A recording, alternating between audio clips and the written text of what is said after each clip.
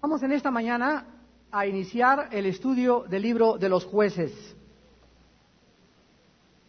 En esta mañana damos inicio al estudio de uno de los libros más tristes de la Biblia. El libro de los Jueces es un libro que está caracterizado por, ahora sí le podríamos llamar, triple A. Tres palabras que comienzan con A, que son apostasía, apatía y anarquía. Son las tres palabras que están caracterizando este libro tan maravilloso y sobre todas las cosas tan apropiado para la época en que nosotros estamos viviendo o en el preámbulo de la venida de Jesucristo. Antes de comenzar a iniciar la introducción a este libro tan precioso, tan profundo y tan maravilloso, permítanme narrarles brevemente la historia hasta este momento de la nación de Israel para que podamos ubicarnos dentro de su contexto histórico. Dios llamó a Abraham, un hombre que no era judío. Abraham no era hebreo, Abraham era, en el siglo XX se le podría llamar, primo de Saddam Hussein. Era iraquí o iraquíe, porque él habitaba en la Mesopotamia, pero específicamente en la tierra que se llama de Ur de los Caldeos, la tierra de Caldea o la tierra de Sinar. Son diferentes nombres con que se denomina o se clasifica esta porción geográfica de la Mesopotamia.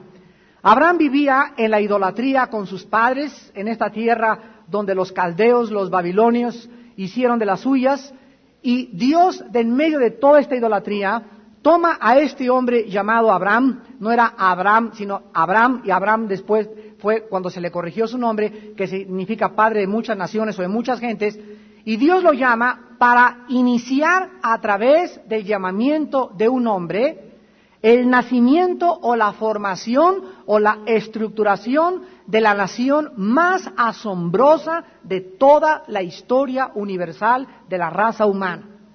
No existe ninguna raza, ningún país, ninguna nación que tenga una historia tan extraordinaria, pero principalmente por causa de que los judíos es la única razón o la única nación o raza que ha sobrevivido a todas las demás civilizaciones y razas que han poblado este globo terrícola donde nosotros habitamos. Entonces Abraham es llamado para iniciar el nacimiento de la nación hebrea. Existen tres nombres para Israel: uno es hebreos, el otro es judíos y el otro es israelitas.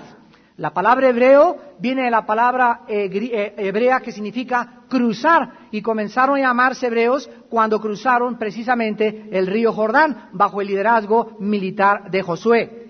La palabra israelita denomina al poblador que habita en la tierra de Israel, y la palabra judío al pueblo que formó parte del pacto a través del rito de la circuncisión del pueblo escogido de Dios. Así que tenemos nosotros que diferenciar entre la palabra israelita, entre la palabra hebreo y la palabra judía, aunque de una forma alternativa, las tres son términos muchas veces intercambiables. Dios le da una promesa a Abraham y le dice en el Génesis 12 que hay una tierra grandísima esperándole. Nada más que no le da la ubicación geográfica de la tierra. Y Abraham sale de Ur de los Caldeos y con Taré su padre, con Lot su sobrino, con muchísimo ganado, porque era un hombre multimillonario a la luz del siglo XX. A través de la caminata con Dios, Abraham, sin saber a dónde iba, todos los días se levantaba, no sabía si para Toluca, no sabía si para Chiconcuac, no sabía si para Cuernavaca. Cada día Abraham era guiado por Dios, porque es el padre de la fe y es el hombre que nos enseña y el prototipo que nos muestra cómo debemos caminar con Dios. Dios nunca nos alumbra 3 o 4 escalones. Dios tiene la forma de guiarnos escalón por escalón. Cuando hemos subido un escalón, Dios nos echa más luz en el próximo, y así paso por paso vamos escalando el monte de Jehová, porque esta es la forma de vivir para Dios. El justo por la fe vivirá. Las pruebas de fe de Abraham son grandiosas e increíbles, no vamos a perder tiempo con eso, pero Dios le concede una promesa, ya que él físicamente está incapacitado para ser padre, les concede el nacimiento del hijo de la promesa llamado Isaac. Después viene de Isaac otro hijo que se llama Jacob. Y Jacob nació junto con otro muchacho llamado Esaú. Sin embargo, aunque Esaú era el primogénito, es Jacob el que recibe la bendición de la herencia de la primogenitura por causa de que su hermano vende esta primogenitura tan valiosa a la luz de la historia de la nación hebrea por un plato de lentejas.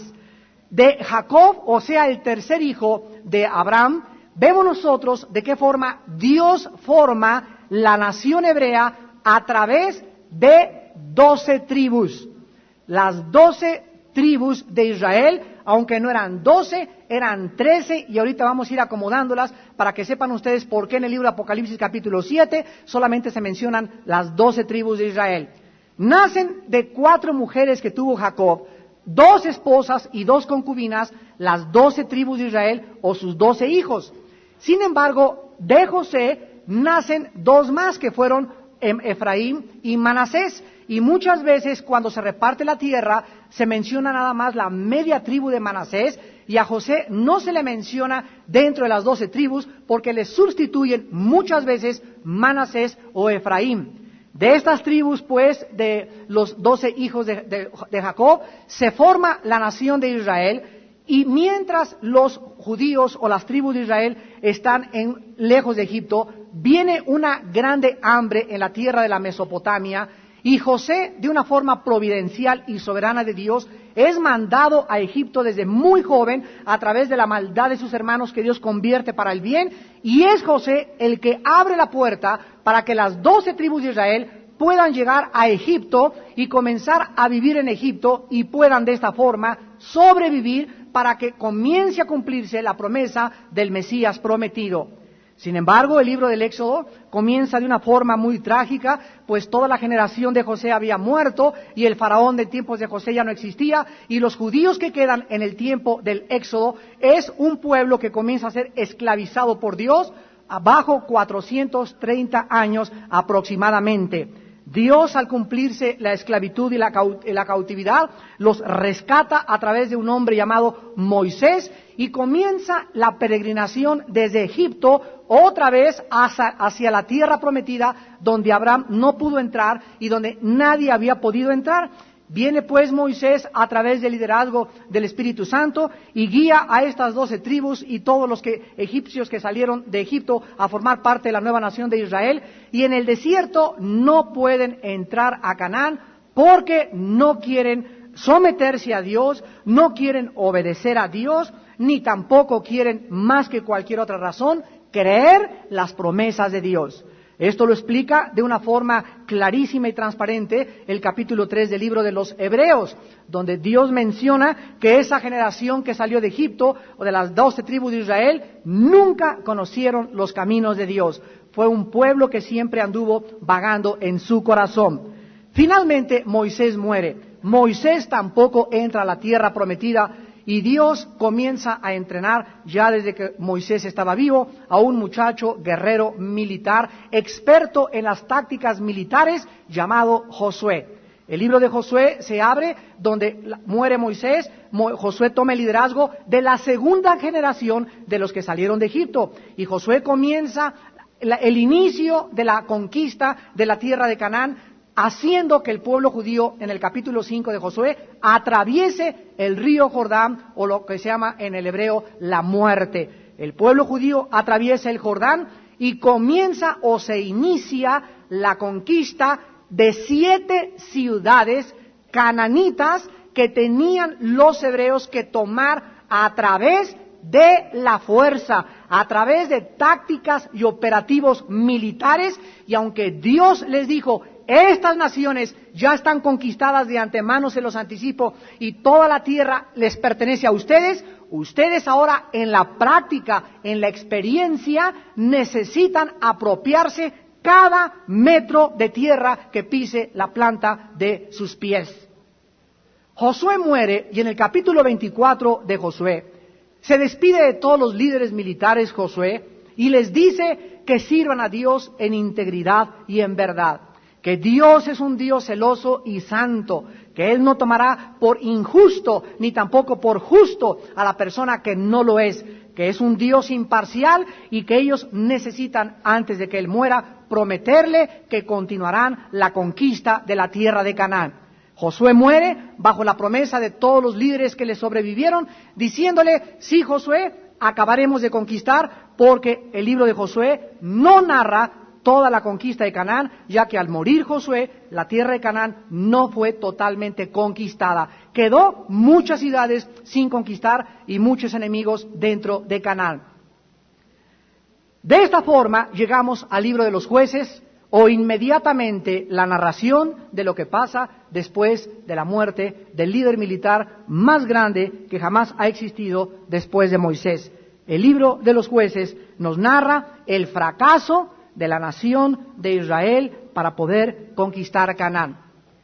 Este libro, repito, llamado uno de los más tristes de la Biblia, pues nos describe los períodos más oscuros de apostasía y de fracaso y de incredulidad de la historia de la nación de Israel. Registra el libro de los Jueces una nación que había conocido a las maravillas de Dios, pero que ahora le volvía la espalda y recogía consecuentemente una cosecha trágica y desastrosa. Esta nación había visto el poder de Dios en Egipto, habían visto cómo sus padres les habían contado el poder con que Dios los había sacado y los había liberado, el cuidado providencial de Dios en el desierto, cómo pudieron sobrevivir 40 años sin zapatos, sin carnicería, sin refrigerador, sin cambios de mudas, sin lavadoras. ¿Cómo sobrevivieron sin árboles frutales, sin ninguna cosa donde pudieran ser sostenidos? Sobrevivieron milagrosamente porque Dios les quería enseñar en el desierto que no solo de pan vive el hombre, que era más importante que preocuparse por el comer y el vestirse, tener una relación íntima de comunión con Él, y Él les proveería de una forma milagrosa todas las cosas por añadidura. Pero tan pronto esta generación murió, la que experimentó las maravillas de Dios en Egipto, la nación comenzó rápidamente a deteriorarse y a abandonar completamente al Señor. Veamos un versículo que nos describe en el libro de los Jueces y se encuentra en el capítulo 21, versículo 25. Este versículo nos describe de una forma cruda, transparente y realista la razón por la cual Israel apostató. Jueces 21, versículo 25, que es también el último versículo de este libro. En estos días no había rey en Israel. Cada uno hacía lo que bien le parecía. Este versículo se repite 3 veces en Jueces 17.1 y en Jueces 18.1. 3 veces el libro registra la razón por la cual fracasó el pueblo de Israel, y esto se llama, dentro de la cultura en la cual vivimos, vivir en anarquía. Hacer lo que tú crees delante de tus ojos que está bien. Tomar decisiones sin consultar a Dios, vivir sin tomar en cuenta a Dios, dirigir tu vida sin tomar en cuenta a Dios.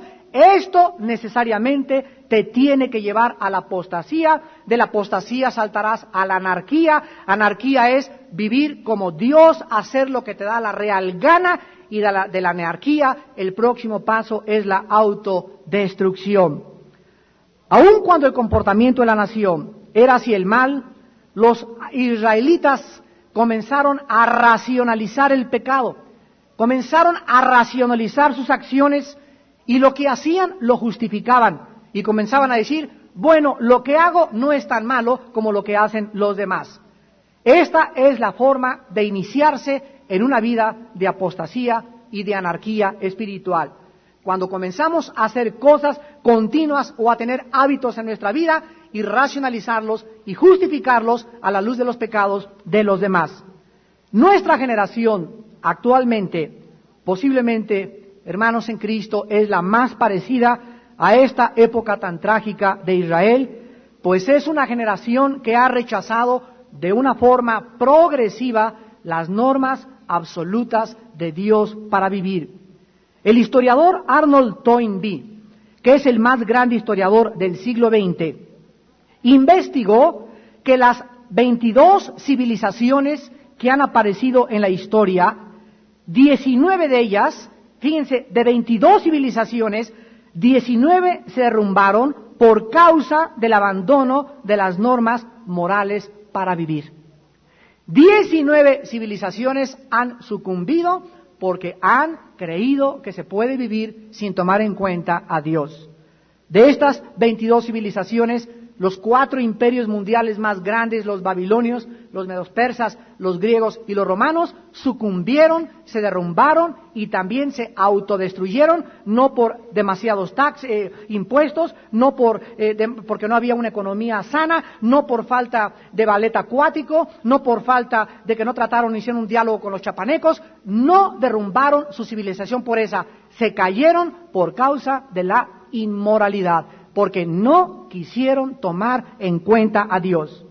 El libro de los Jueces también nos habla de nuestra generación, porque nos provee de diferentes nombres y mujeres que igualmente que los jueces o libertadores sirvieron fielmente a Dios, y en medio de esta época tan oscura en la cual nosotros vivimos y tan trágica de apostasía, también en nuestro siglo Dios tiene hombres y Dios tiene mujeres grandemente ungidos, levantando la palabra de Dios, y todos estos hombres y mujeres que Dios levante en esta época serán el blanco de la rabia, de la conspiración, de la persecución y de los ataques de los poderes del mal, porque no hay persona que los demonios ataquen más que un hombre o una mujer que está haciendo un testimonio de Dios en esta generación. Yo recuerdo hace algunos días cuando conocí a uno de estos hombres, podríamos llamarle uno de estos jueces del siglo XX, el doctor Billy Graham, el hombre que más almas ha sido usado por el Espíritu para ganar y traerlos a la cruz. No ha habido un hombre en la historia como el doctor Billy Graham que ha traído más de 50 millones de personas a conocer el Evangelio en aproximadamente 35 años. Y vean ustedes los libros que se publican en contra de él, que es un ecuménico, que es esto, que es el otro. Recuerdo cuando yo lo conocí personalmente, conviví con él, mi hermano y yo fuimos a Acapulco, invitados por él en su departamento, pasamos toda la mañana con él en el jardín, como si fuera nuestro amigo, y nos explicó y nos dijo: cuídense cuando Dios los levanta, porque Dios bendice grandemente, pero también serán grandemente perseguidos. Es el precio que se tiene que pagar, pero vale la pena, porque cuando somos perseguidos, el Espíritu de Dios reposa sobre nosotros. Los jueces también tuvieron tiempos grandiosos de heroísmo, y la Biblia menciona a Débora, una mujer. ¿Y cuántas mujeres ahorita Dios está levantando? Tremendas, pero de veras que están predicando con poder y que están dando ejemplo y que enseñan la palabra de Dios, etcétera, etcétera. Tenemos a hombres como Gedeón, tenemos a Barak, a Jefté, a Sansón, y ninguno de estos hombres, es lo maravilloso de la Biblia, fue perfecto. Dios no nos muestra hombres querubines ni hombres perfectos, sino hombres débiles, y el Espíritu Santo trabajando en la plataforma de la debilidad de estos seres humanos, usándolos grandemente. ¿Por qué? Porque estos hombres, aunque tenían debilidades, fueron grandemente usados por Dios, porque eran hombres que se arrepentían de sus pecados.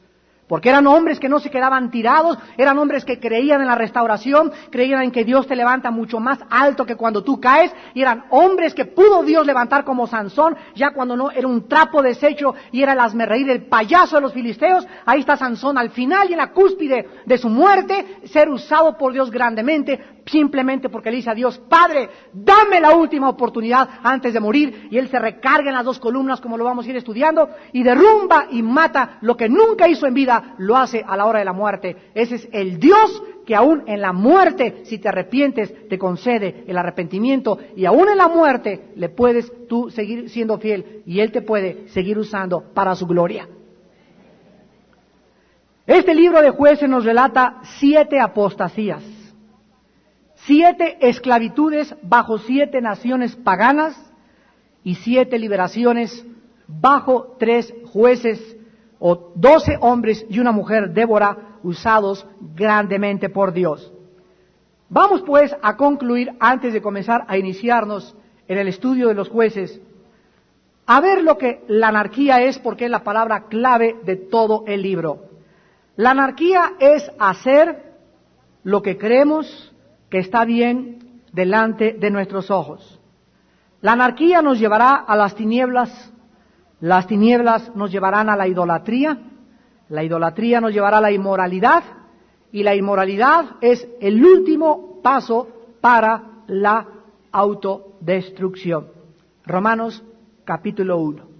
La Biblia retrata en Romanos 1 que es la inmoralidad, la destrucción de las normas morales dentro de nosotros, lo que deteriora más rápidamente que más que el alcohol, más que la marihuana, más que cualquier otra cosa. La inmoralidad es el veneno más autodestructivo que nos podemos infligir nosotros mismos.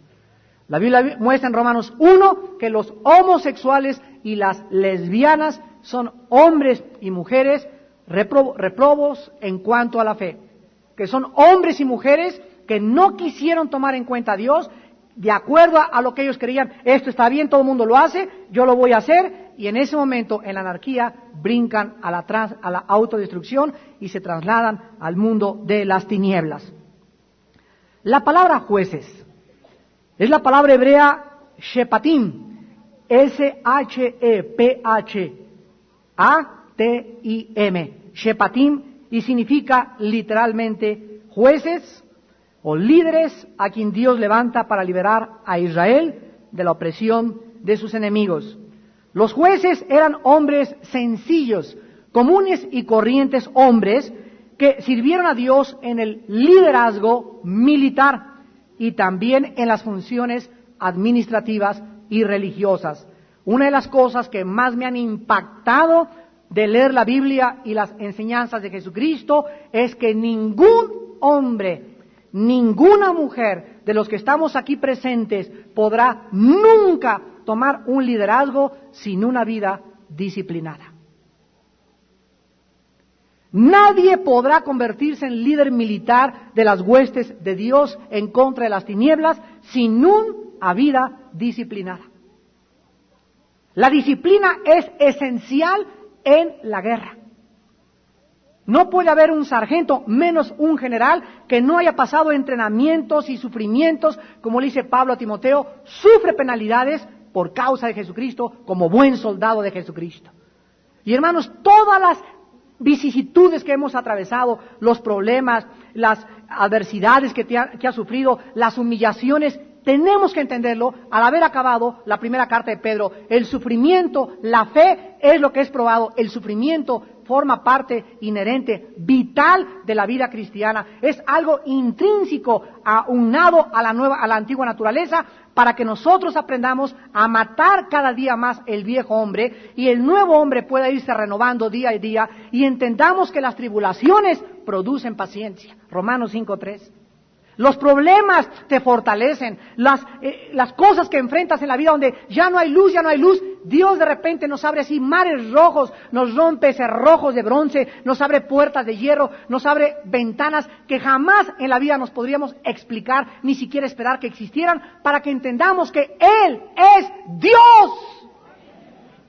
Para mostrarnos que estamos caminando en un mundo de una forma sobrenatural, que debemos esperar un milagro en nuestras vidas diario, que Dios puede cubrir de una forma milagrosa nuestras necesidades, que Dios espera más que cualquier otra cosa, que todos los días nosotros le busquemos, tengamos tiempo en la madrugada, oremos, vivamos en la palabra y le conozcamos, porque es la única razón por la cual vivimos, venir y conocer al Padre y a Jesucristo, porque esta es la vida eterna.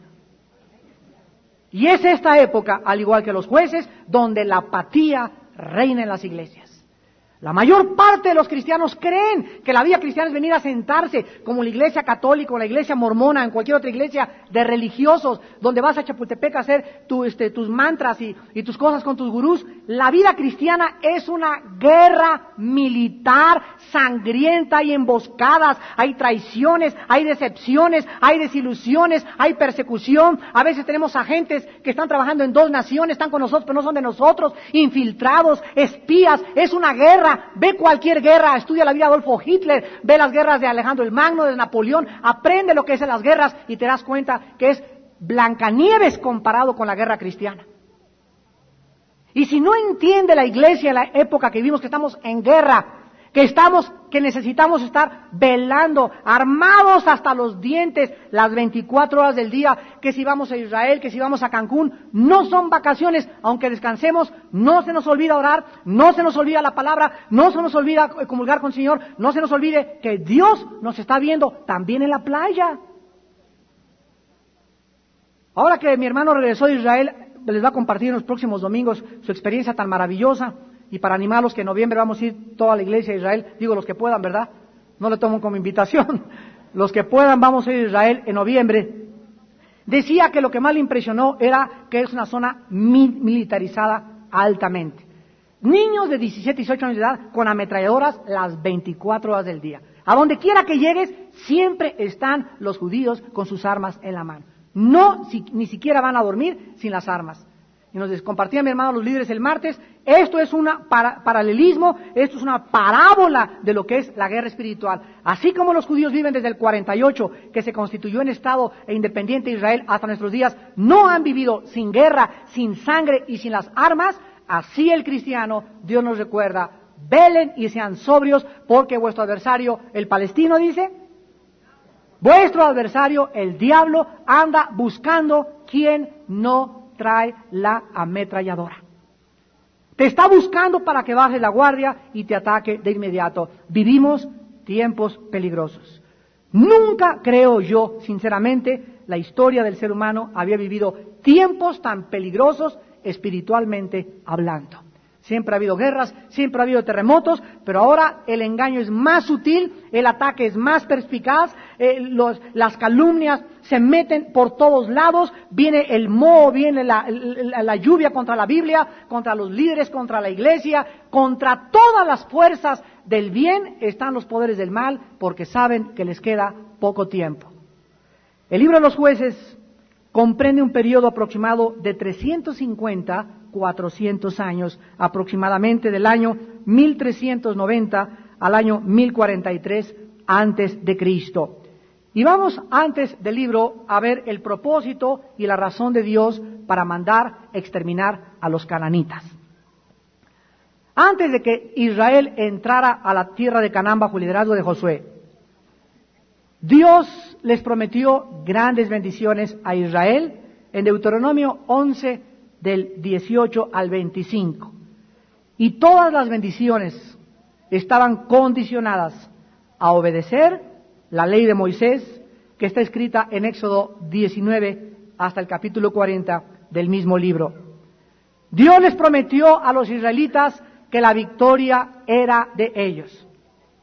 Y les dijo claramente, quiero que entiendan que cuando asalten una ciudad, cuando asalten Jericó ahí, cuando peleen con los filisteos, cuando ataquen a los moabitas, a los hititas, a los jebuseos, a los amorreos, a los hititas, etcétera, etcétera, quiero que entiendan que no es la fuerza de ustedes, ni su inteligencia, ni las armas modernas que esgriman, ni tampoco el poder de sus caballos, aunque los judíos no usaron caballos, ni tampoco la fuerza de sus elefantes, ni los estrategas militares que tengan. No, no es con espada, ni tampoco con ejército, es con mi espíritu.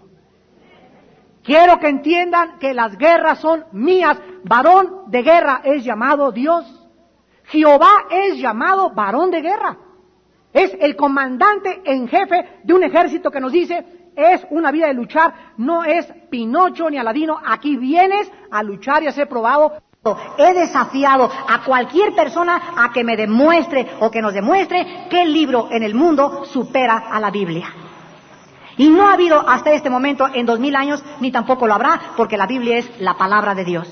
Y la Biblia dice, el que tenga sed, que venga y que beba del agua de la vida. Venga y que beba del agua de la vida gratuitamente.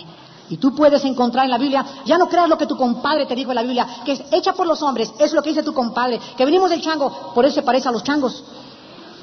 Que esto, que aquello, ven, dice Dios, ven tú, deja todas las opiniones del mundo, vivir y ser comandante en jefe de otros universos, pero esta tierra es nuestro campo de entrenamiento y aunque quieras tú resistirla, dice la Biblia, estamos en guerra.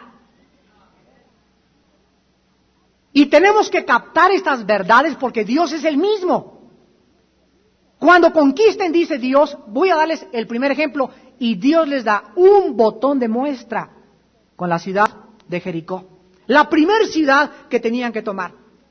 La toma de Jericó es el ejemplo de las batallas de Dios en el capítulo 6 de Josué, y es el ejemplo más grande de la estrategia militar de Dios. Era la ciudad más fortificada, era el primer monumento que tenían ellos que conquistar, y cuando llegaron los israelitas y atravesaron Jordán y mandaron los espías a la casa de Rahab a Jericó y se dieron cuenta que era una fortaleza que nadie entraba ni salía, ya me imagino en el capítulo 5 a Josué con los generales diciéndoles, ¿cuántas catapultas tenemos? ¿Cuántos arcos tenemos? Pues los arcos no nos sirven, las catapultas tampoco, es impregnable, no se puede asaltar, ¿cómo podemos asaltarla? Y en ese momento Dios se le aparece en el capítulo 5 a Josué, en el versículo 14 y 15, con una espada como el ángel del ejército de Jehová. Y Josué le dice, ¿tú quién eres? ¿Mi enemigo o eres de mi ejército? Y el ángel le contesta y le dice literalmente, yo no estoy ni contigo ni tampoco estoy contra ti, tú eres para que estés conmigo. Hay muchos que dicen a Dios, Dios es mi socio. No, Dios no es tu socio, Dios es el dueño de tu compañía. Dios es mi copiloto. No, no es tu copiloto, es Dios el que lleva el volante de tu carro. Ningún copiloto, ningún socio. Dios o toma control total de nuestras vidas, de nuestro negocio, de nuestra casa, o no es absolutamente el Dios de nuestro corazón. Así que ningún socio. Dios es Dios y Él es el Adonai o el Curios, el Señor y el amo absoluto. Entonces Josué entiende que para comenzar a avanzar hacia Jericó, él no iba a avanzar ese varón que se le aparece con la espada, que posiblemente es una teofanía de Dios y es Jesucristo, en una aparición visible, y Josué aprende la primera lección. Y antes de tomar Jericó, en el capítulo 5 de Josué, encontramos que Josué se rinde en primer lugar, en segundo lugar se consagra y en tercer lugar se somete a las órdenes de Dios de una forma absolutamente guiado por la fe. Se circuncida todo el pueblo en el capítulo 5, celebran la Pascua desde el desierto, no la habían celebrado, y le dice Josué al ángel, heme aquí, ¿qué quieres que yo haga a tus órdenes? Si no entendemos esto, no vamos a avanzar con nuestros enemigos. Y al llegar a Jericó, las órdenes de batalla fueron las siguientes: tráiganse 50 tanques iraquíes, 25,000 ametralladoras UCIs, taladren por dentro un túnel y métanle chinches y cucarachas y métanle ahí todos los insectos y los van a hacer salir. Cuando Josué recibe el primer jefe militar la orden para avanzar hacia Canaán, las órdenes de Dios, escuchen y recuerden, eran desde el punto de vista racional irracionales. ¿Cuáles eran las órdenes? Llega Josué con sus generales y les dice, les traigo noticias.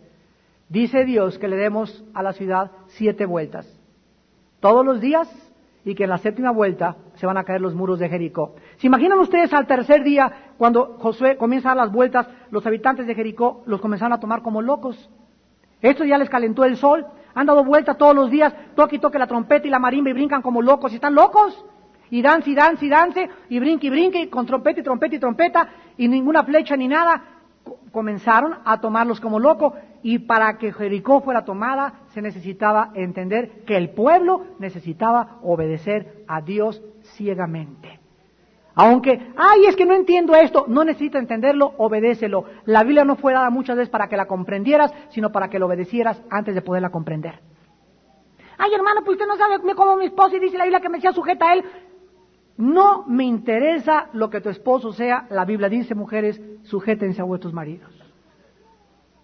Y cuando tú obedezcas, dice en Proverbios 2, entonces entenderás el temor de Jehová y hallarás el conocimiento y la inteligencia del Altísimo. Cuando recibas mi palabra como a tesoros, cuando la busques más que la plata, entonces comprenderás los caminos de Dios. José pues inicia la conquista. Fracasan en el capítulo 7 de Josué porque había pecado en el campamento, y de ahí en adelante Israel comienza a avanzar a la tierra prometida de victoria en victoria hasta la muerte de Josué. El principal propósito del libro es explicarnos por qué fracasaron y por qué no pudieron experimentar las bendiciones de Dios. Si ustedes no entienden, hermanos en Jesucristo, que para experimentar las bendiciones de Dios necesitamos obedecer, también te quedarás en el desierto. Vendrá el rapto de la iglesia, vendrá el milenio y te quedarás en un mundo inhóspito, perseguido como los judíos, perseguidos por generación tras generación, y todo porque nunca quisiste ponerte en serio con Dios. El libro de los Jueces nos va a mostrar también los secretos de la victoria contra los espíritus de maldad. Los judíos en lugar de victoria tuvieron derrota. En lugar de conquista hubo opresión. En lugar de libertad hubo esclavitud. En lugar de progreso declinaron rápidamente. En lugar de unión, desunión. En lugar de canto de victoria y de gozo cantaron llorando con tristeza y con amargura, hasta el libro de Lamentaciones del profeta Jeremías. ¿Acaso tu vida se caracteriza por las mismas cualidades? ¿No hay gozo en tu vida? ¿Hay pura derrota? ¿Hay pura opresión? ¿Mentalmente ya no ves la salida? ¿Te das cuenta que eres cristiano pero que estás en poderes de los espíritus de maldad porque no hay nadie que te liberte? Ahora ya no tenemos jueces, ahora tenemos aquel que murió por nosotros en la cruz. Y que también nos ha garantizado la victoria y nos ha dicho, estas señales seguirán a los que creen, en mi nombre hablarán lenguas, echarán fuera demonios, pisarán sobre el escorpión y sobre la víbora y estos no los dañarán, pero dice la Biblia, a los que creen. Yo creía, es como un banquete, como una mesa donde me dice Dios, Armando, te puedes comer todo. No, nada más pato a la naranja. Pero también los camarones no, pero están en la mesa, no, pero esos no, y me los brinco. Así son las promesas de Dios. Yo así estaba en mi vida cristiana, estaban los dones espirituales, no, esos se los comieron ya los apóstoles. Ese no es un plato para nosotros. Mis hijos, pero aquí está, es para ti también, pruébalo. No, ni siquiera lo quería probar, hasta que abrí la mandíbula y lo probé y lo sentí en mi corazón, me di cuenta que también es para nosotros. Y así los cristianos pasan, no, esto sí, y comienzan a decir en la Biblia, esto sí, esto no, de ti marín, de doping, cucuramaca, títere pues. Y toda la Biblia es útil para enseñarnos, para mostrarnos, para edificarnos, para instruirnos, para hacernos guerreros y guerreras de Dios. Aquí están todos los secretos de las tácticas espirituales y la palabra nos fue dada para que fuera un banquete continuo y nos apropiáramos por la fe de las promesas dadas a la iglesia de Jesucristo. Y dice en Hebreos 7, 8 y 9 que son mejores promesas, mejor pacto, mejor sacerdocio, mejor sacrificio, porque estamos basados sobre una sangre, no de toros cabríos, sino sobre la sangre preciosa e incontaminada del Hijo de Dios. O si el cristiano descubriera que la iglesia se dirige al período de los jueces antes que venga el Señor. Serán muy pocos los libertadores, serán muy pocas las iglesias que se levanten triunfantes y en victoria, porque reina la apatía, la apostasía y la anarquía. Veamos en el libro de Deuteronomio, capítulo 7, las órdenes para conquistar Canaán que Dios le dio y que Josué cumplió, pero no los jueces que libertaron a Israel. En el libro de Deuteronomio capítulo 7, antes de que entraran a Canaán, del 1 al 5 nos describe la guerra espiritual y la guerra física. El capítulo 7 de Deuteronomio contiene secretos militares para pelear contra los demonios, como en ninguna parte de la Biblia se encuentra. Porque recuerden ustedes que en el Antiguo Testamento todos son guerras físicas. Todo es el pueblo de Dios, ¿qué cosa? Luchando cuerpo a cuerpo, con cananitas, hititas, etcétera, etcétera. Todos se llamaban los cananeos. Es un término que abarca o comprende a muchas tribus, el término cananita, porque abarcaba a los jebuseos, a los gorgorreos, a los hititas, etcétera, etcétera. Pero todas las luchas del Antiguo Testamento, hermanos en Cristo, son una ilustración, son una parábola, son un retrato de lo que es en el Nuevo Testamento la lucha contra los huestes espirituales de maldad. ¿Por qué Dios deja estampado en las páginas de las Sagradas Escrituras tantas guerras? ¿De qué nos sirve a nosotros? Para que aprendamos las tácticas militares para pelear contra el enemigo. Lo que en el Antiguo Testamento era cuerpo a cuerpo, en el Nuevo Testamento es espiritualmente. Y así como en el Antiguo Testamento Dios peleaba por Israel e iba delante de ellos, así en el Nuevo Testamento es Dios el que pelea por nosotros. Yo no puedo pelear contra el diablo, ni contra los demonios, no podemos ni maldecirlos, ni ponernos al brinco. Es la guerra en la cual nosotros operamos y entramos en acción a través de lo que creemos y a través de lo que confesamos mediante la oración. Y en esta forma nos involucramos en el conflicto espiritual y podemos entender por qué esas lecciones. Cuando Jehová tu Dios te haya introducido en la tierra en la cual entrarás para tomarla, y hayas echado delante de ti a muchas naciones, al Eteo, al Gergeseo, al Amorreo, al Cananeo, al Fereceo, al Ebeo y al Jebuseo, 7 naciones mayores y más poderosas que tú. Vean ustedes, desde el punto de vista militar, ellas eran más grandes, más poderosas, más fuertes que Israel. Nosotros también, desde el punto de vista militar, los demonios son mucho más poderosos, más inteligentes, más crueles y tienen más formas de llegar a nuestra vida que nosotros. ¿Por qué? Porque son invisibles y no los podemos ver. Estamos en desventaja. La única forma de tener victoria es mediante la obediencia y la santidad. Versículo 2. Y Jehová tu Dios las haya entregado delante de ti y las haya derrotado. A ver otra vez, ¿quién iba a conquistarlas? ¿Cuál era el papel de ellos? Seguir a Jehová, nada más.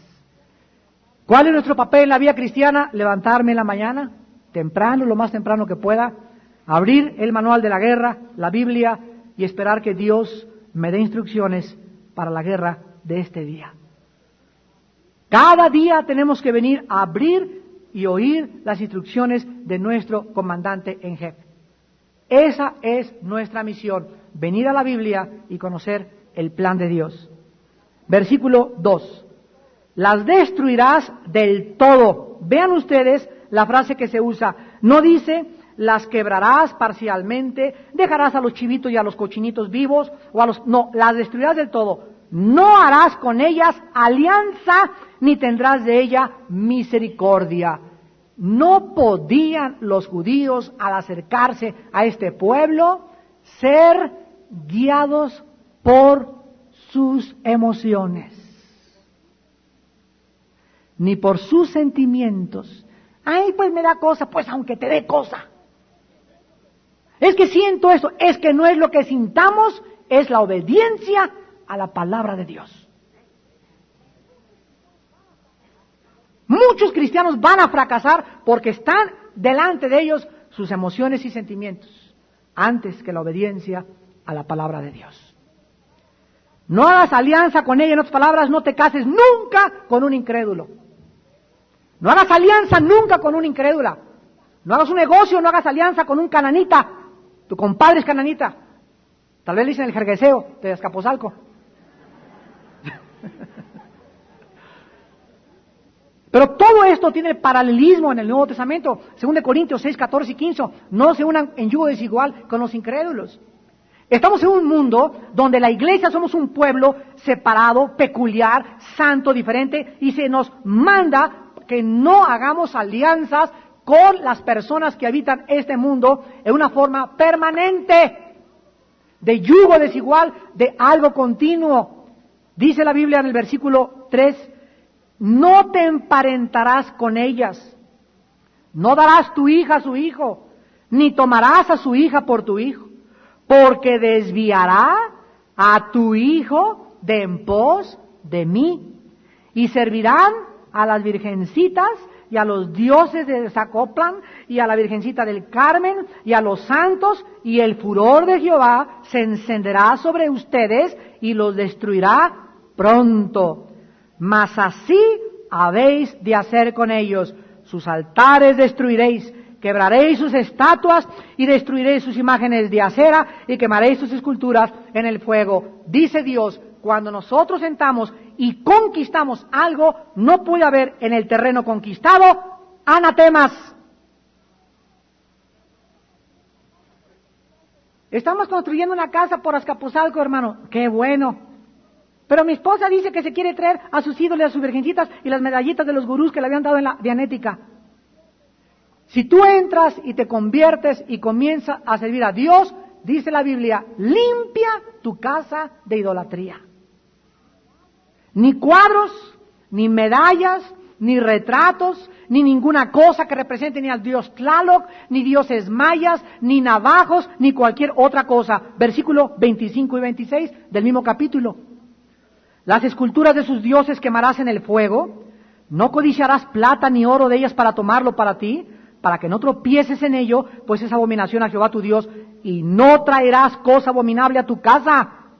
No traerás cosa abominable a tu casa, para que no seas anatema. Del todo la aborrecerás y la abominarás, porque es anatema. Dios ligaba la autodestrucción de su pueblo, el deterioro de su pueblo y la infiltración de los demonios a su pueblo, mientras su pueblo tuviera derechos legales de invasión.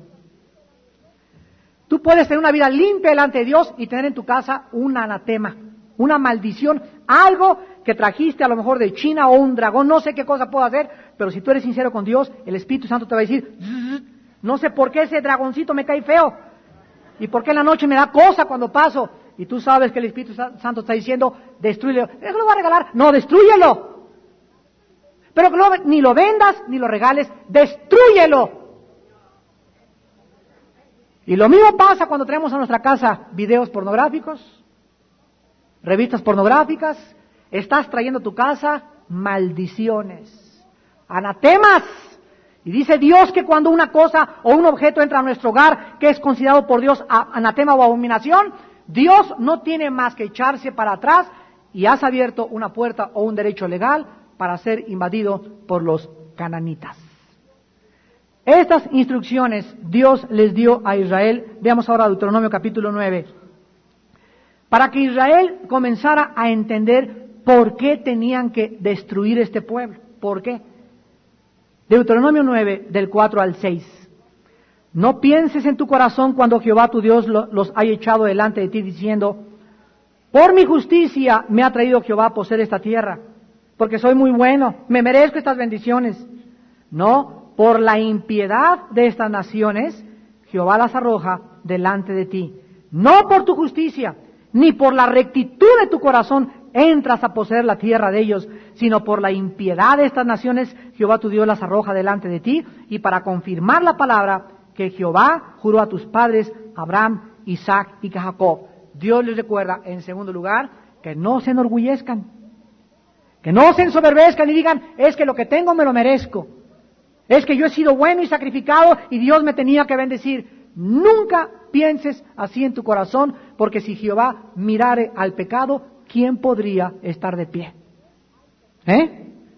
Pero en Él hay perdón para que Él sea reverenciado. Es por su gracia, es por su misericordia, no es por nuestras justicias. Él no ha hecho, Salmo 103, conforme nosotros hemos hecho, ni nos ha pagado conforme a nuestros pecados. Él se ha compadecido de nosotros y su misericordia se ha extendido como está el oriente al occidente. Él se ha acordado que somos polvo y que estamos esperando diariamente en que su misericordia nos levante y nos renueve para seguirlo sirviendo. Cuidado con el legalismo, iglesia del siglo XX, y el fariseísmo, porque esto no es del agrado del Dios de Israel. Y finalmente, en Deuteronomio capítulo 18, Dios les advirtió antes de entrar a Canaán, que la tierra de Canaán era habitada por tribus degeneradas, escuchen, degeneradas, sin la esperanza del arrepentimiento. Escuchen lo que les acabo de decir. Eran pueblos tan sumidos en la inmoralidad, tenían relaciones con los animales sexualmente, tenían relaciones hombres con hombres, mujeres con mujeres, era una raza degenerada moralmente. Número 2, eran pueblos entregados 100% a la idolatría y en tercer lugar al ocultismo. Estaban poseídos totalmente por miles y miles de demonios, cada cananita. Ahí estaba el peligro de casarse con uno de ellos, porque los demonios serían transmitidos de una forma legal a la persona que había escogido Dios para servirla en santidad. Inmorales, idólatras y entregados al ocultismo. Dice el versículo 9 del capítulo 18, cuando entres a la tierra que Jehová tu Dios te da, no aprendas a hacer según las abominaciones de aquellas naciones, Vean ustedes todo lo que hacían los cananitas. No se ha hallado en ti quien haga pasar a su hija por el fuego, ni quien practique adivinación, ni agorero, ni sortílego, ni hechicero, ni encantador, ni adivino, ni mago, ni quien consulte a los muertos, porque es abominación para Jehová cualquiera que hace estas cosas. Y por estas abominaciones Jehová tu Dios echa estas naciones de delante de ti. ¿Por qué Dios prometía la victoria? Porque las naciones que habitaban Canaán estaban controladas por los demonios. Y era una guerra en el cielo entre los poderes del bien y del mal. Dios demostraba a Satanás y a sus ángeles que aquí abajo en la tierra la victoria la tienen los hijos de luz. Y Dios les dice, en ustedes está no aprender ni irse con la finta de que voy a que me lean la mano y que al café turco y que me echen las cartas tarot y que me adivinen la bola de cristal y que me hagan una limpia. Cuidado, dice Dios, estas cosas son abominaciones y no es un juego. Comienza a meterte en este mundo y estás pisando los terrenos de Satanás. Dice el versículo 13, perfecto serás delante de Jehová tu Dios, porque estas naciones que vas a heredar, agoreros y adivinos oyen, mas a ti no te ha permitido esto Jehová tu Dios. Hermanos y hermanas en Jesucristo, estas eran las razones por las cuales Dios usaba a Israel solo como un instrumento de su justicia. Los judíos nunca en la historia han sido por ellos mismos algo especial. Me decía mi hermano que en Jerusalén la mayor parte de los judíos viven en la soberbia. Se creen muchísimo por el sufrimiento, por lo que tú quieras, pero es una nación en todos lados del mundo. Dicen que los joyeros más ricos son los judíos. En la zona rosa las joyerías más grandes son de judíos y el judío a donde quiera que va tiene ese corazón en contra de los demás porque de una forma subconsciente se creen superiores a los demás. La Biblia dice que no lo son, que lo son por causa del pacto con Abraham, Isaac y Jacob. ¿Somos algo especial nosotros? No somos igual que los demás del mundo, simplemente que el Espíritu Santo habita en nuestro corazón. ¿Tenemos alguna distinción a los demás? En lo absoluto, exclusivamente que tenemos esperanzas y tenemos el privilegio de conocer el misterio de la voluntad de Dios. Sabemos a dónde vamos, de dónde venimos y quiénes somos. Y la Biblia nos muestra en Romanos 11, que no nos ensoberbezcamos como los judíos, porque si creemos que estamos firmes es por la fe. Así que el que piense que está firme, mire que no caiga. Delante de nosotros, Dios nos dice a la iglesia en Efesios 3, las potestades en el cielo están viendo la multiforme sabiduría de Dios siendo anunciada mediante la predicación del Evangelio de Jesucristo. Y ahora la iglesia avanza victoriosa hacia la tierra de Canaán, que es ya la vida a la que nos vamos a enfrentar, pero nosotros nos damos cuenta que así como en Israel hubo incredulidad, apatía, apostasía y anarquía, se van a repetir los mismos factores con la iglesia que él ganó con su propia sangre. Esta es la hora donde o te levantas en armas y te consagras a Dios y formas parte de su ejército y avanzas esforzándote y siendo valiente hacia la tierra prometida, o es la hora en que la apatía que tienes, esa flojera que ni estudias la Biblia, esa flojera que ni a los estudios vas, esa apatía para testificar de Cristo, esa apatía para orar, esa apatía para ayunar, serán las causas de tu fracaso y la tragedia más grande de tu vida espiritual. Es hora de recordar que tenemos un comandante en jefe y que nos dice, vuestro trabajo en el Señor no es en vano. No os canséis pues de hacer el bien, porque a su tiempo segaremos si sembramos el bien.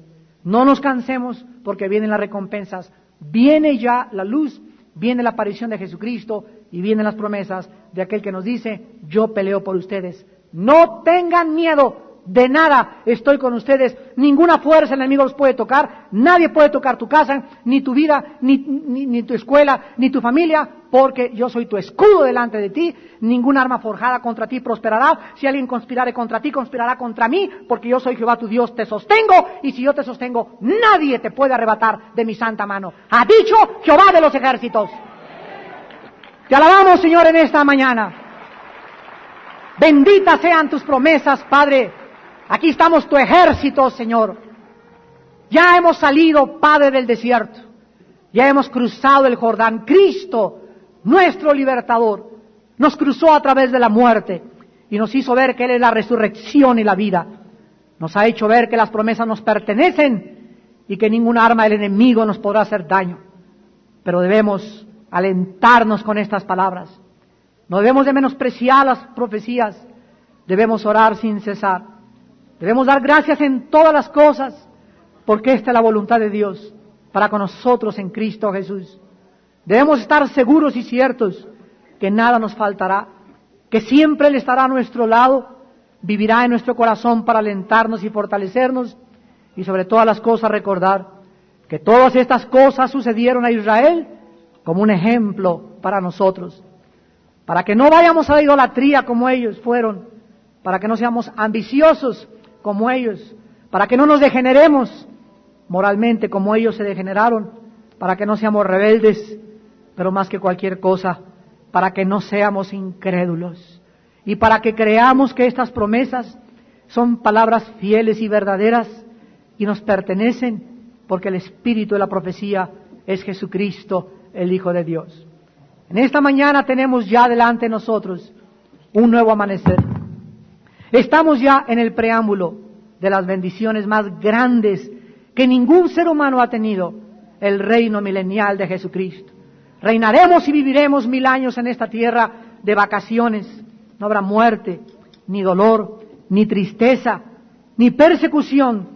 Y nos daremos cuenta que valió la pena someternos, obedecer y rehusar vivirnos en la anarquía, en la apatía y en la apostasía espiritual. Padre, en esta mañana levanta y renueva los votos de tu iglesia. En esta mañana les pido a muchos de ustedes que reconsagren su vida al Señor. En esta mañana recuerden que estamos en guerra, que no hay armisticio, ni amnistía, ni descanso. Estamos en guerra las 24 horas. Tomen pues el yelmo de la salvación, la espada del Espíritu, el escudo de la fe, con el cual puedan apagar los dardos de fuego del maligno, y oren sin cesar, día y noche por todos los santos, con toda oración y súplica en el Espíritu, porque fiel es el que nos llamó, el cual guardará irreprensible hasta su venida nuestro espíritu, nuestra alma y nuestro cuerpo, para la gloria santa, bendita y maravillosa de aquel que murió por nosotros en la cruz, nuestro comandante en jefe, el jefe y cabeza de la iglesia, Jesucristo el Señor, a quien sea toda la gloria, todo el poder, la alabanza y la sabiduría por todos los siglos de los siglos de los siglos. Amén.